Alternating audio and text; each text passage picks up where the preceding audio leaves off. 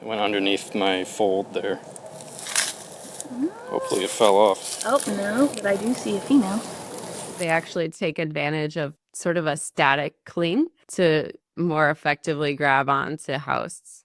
But even different ticks will go after hosts in different ways. So some use more of a sit and wait strategy and wait for a host to brush past, while others, like the Lone Star tick, for example, is a very aggressive tick and it senses the chemical cues of a host being in the area. So carbon dioxide, we exhale, also other scent cues from animals, and they will actually chase down the source of that chemical signature and try to get onto a host that way. There was a study showing that the adults can sense it from about 30 feet away.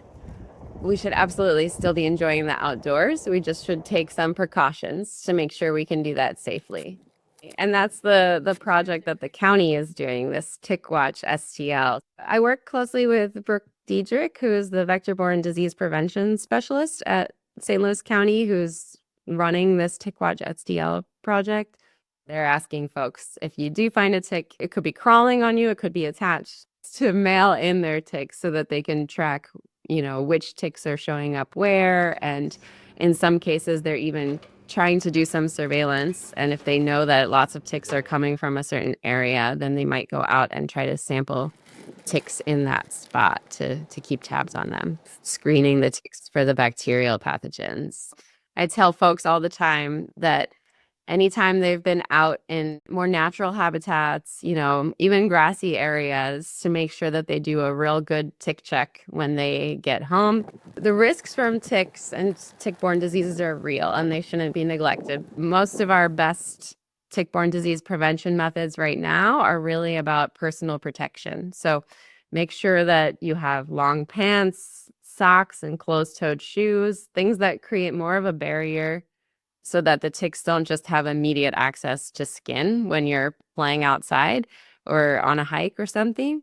In advance, you can treat your clothing or your boots with chemical products that are really effective against ticks. So if you have advance notice to go outside, I really recommend using permethrin to treat clothing and gear. It's not meant to go right up against your skin, so it's meant to treat your clothes in advance, let it dry, and then put stuff on, and that is really effective against ticks. If you're just running out, DEET products work really well. Once you get back indoors, shower off, do a full body tick check, get someone to help you if you can, because they are really good at hiding. So you want to check all the hard to reach places. And if you do find a tick, it's not to panic. Not every tick out there is carrying something that can make you sick.